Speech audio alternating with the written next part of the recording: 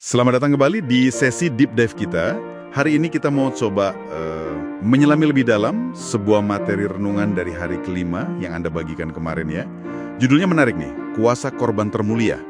Betul, fokusnya memang ke sana. Dan renungan ini menyoroti dua gagasan penting ya dari ayat-ayat kunci. Iya, dua momen penting tepatnya. Oke, sumbernya ini kan teks renungan yang fokus ke, pertama, momen tabir bait suci yang terbelah dua itu. Yang di Matius 27 ya? Ya, ayat 51. Lalu yang kedua, soal pernyataan di Roma 8 ayat 1. Tentang nggak ada lagi penghukuman kalau kita di dalam Kristus. Betul. Dua pilar penting itu. Nah, misi kita hari ini, mari kita bongkar ini bareng-bareng. Kita coba ekstrak gitu ya, pemahaman penting dari renungan ini. Apa sih artinya pengorbanan Kristus buat Anda secara pribadi, menurut teks ini tentunya? Jemahkan jadi pengalaman kita sehari-hari. Maksudnya jadi pengalaman spiritual langsung gitu. Iya, akses tanpa perantara dan kebebasan dari rasa bersalah. Itu yang mau ditekankan sama sumber ini. Oke. Kita mulai dari yang pertama dulu deh. Soal tabir bait suci yang terbelah. Di Matius 27 ayat 51. Renungan ini kan menggambarkan detailnya dramatis banget ya. Dan lihatlah, tabir bait suci terbelah dua dari atas sampai ke bawah. Iya, dari atas sampai ke bawah, bukan robek biasa. Dan menurut penulis renungan ini bukan kebetulan semata. Tapi lebih kayak deklarasi dramatis dari surga. Gitu katanya. Yang digarisbawahi di sini memang makna simbolisnya tabir itu kan, secara fisik dan simbolis itu penghalang antara manusia sama hadirat Tuhan yang Maha Kudus di dalam bait suci itu. Ruang Maha Kudus ya? Betul. Nah, menurut teks renungan ini, robeknya tabir itu, ya artinya pemisah itu udah nggak ada lagi. Udah runtuh. Implikasinya apa tuh kalau gitu? Nah, implikasi terbesarnya, seperti yang dijabarin sumber ini, itu kayak perombakan total dalam hubungan kita sama Tuhan. Dari yang tadinya ada ritual, ada jarak. Perlu imam sebagai perantara ya? Betul. Sekarang jadi keintiman langsung.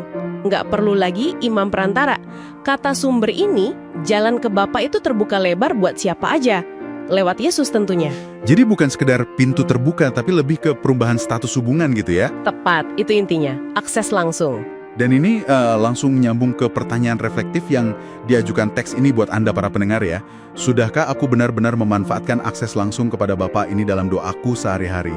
Gitu kan pertanyaannya? Ya, ngajak kita ngecek lagi ke dalam diri sendiri. Udah dipakai belum nih hak akses spesialnya? Oke, ini bawa kita ke gagasan kedua yang diangkat sumber ini.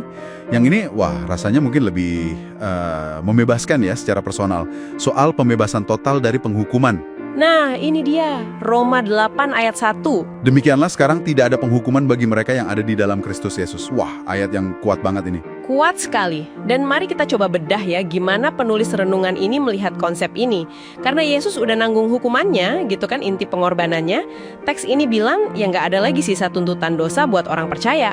Abis, lunas. Gak ada sisa tuntutan. Iya. Kalau kita lihat gambaran besarnya, ini artinya status kita berubah total di hadapan Tuhan.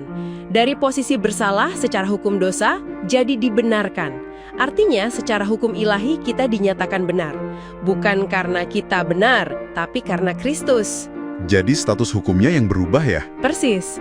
Dan kebebasan yang ditekankan sumber ini, itu bukan cuma soal kita jadi nggak takut lagi sama penghakiman di akhir zaman nanti, tapi juga kebebasan untuk melayani Tuhan karena cinta. Bukan karena takut atau rasa bersalah. Nah, itu dia.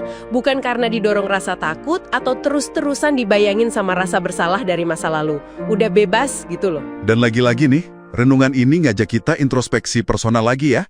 Pertanyaan buat Anda, ada nggak sih rasa bersalah dari masa lalu yang mungkin tanpa sadar masih ngebelenggu saya? Masih ngerampas kebebasan saya sekarang? Pertanyaan yang nusuk juga ya. Iya, ngajak kita jujur sama diri sendiri. Ada nggak sih penghalang internal yang mungkin masih ada yang menurut pandangan teks ini? Oke, jadi kalau kita rangkum nih, apa sih intisarinya? Dari renungan yang Anda bagikan ini, kayaknya ada dua anugerah besar ya yang jadi inti pengorbanan Kristus, setidaknya seperti yang disajikan teks ini. Iya, 2 poin utama tadi. Pertama, akses yang radikal, tanpa batas ke Tuhan. Ini mengubah cara kita mendekat padanya kan? Betul. Nggak perlu minder lagi. Kedua, kebebasan yang mutlak dari penghukuman dan dari cengkraman rasa bersalah. Ini mengubah cara kita hidup sehari-hari. Iya, dan penting banget dicatat ya. Teks renungan ini tuh menekankan kalau ini bukan cuma sekedar konsep teologi atau doktrin gitu aja. Bukan teori ya? Bukan. tapi disajikan sebagai sebuah realitas. Sesuatu yang emang dimaksudkan buat kita alami secara nyata. Sesuatu yang punya potensi mengubah cara kita berdoa, cara kita mandang diri sendiri, bahkan cara kita ngejalanin hari-hari kita. Gimana tuh contohnya? Ya, penulisnya kan nyinggung soal kemungkinan kita bisa hidup dengan yakinan sebagai anak. Anak yang punya akses bebas ke bapaknya. Dan bisa merasakan kebebasan serta sukacita yang sejati. Yang otentik, bukan dibuat-buat. Oke, sebagai penutup nih, kita mau tinggalkan Anda dengan satu pemikiran ya. Untuk direnungkan lebih dalam yang muncul dari inti pesan sumber ini. Teks ini kan tadi bilang dengan sangat kuat ya, kalau jalan kepada Tuhan itu udah terbuka lebar banget. Iya, akses penuh. Dan penghukuman itu udah dihapuskan melalui Kristus.